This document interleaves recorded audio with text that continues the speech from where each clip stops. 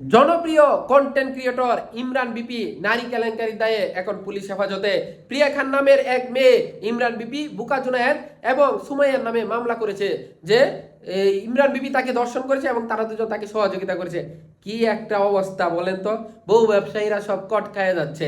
এখন ইমরান বিপির বউ বলতেছে যে, সুমাইয়া বলতেছে যে ওই প্রিয়া খান এবং তার মা তার স্বামীকে ফাঁসিয়েছে টাকার জন্য এবং ইমরান বিপিকে বিয়ে করার জন্য।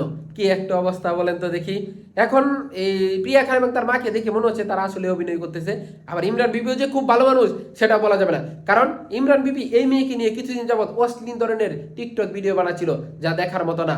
এখন এইসব চলতে থাকলে তো দর্শন হতেই পারে। এখন পরিস্থিতি কোন দিকে যায় সেটাই দেখার বিষয়।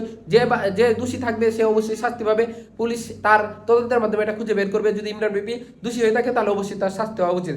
এবং ওই মেয়ে মানে প্রিয়া খান এবং তার মা যদি অভিনয় করে থাকে, নাটক করে থাকে, নাটক সাজিয়ে থাকে, তাহলে তাদেরও বিচার হওয়া উচিত। এখন দেখা যাক শেষ পর্যন্ত কি হয়।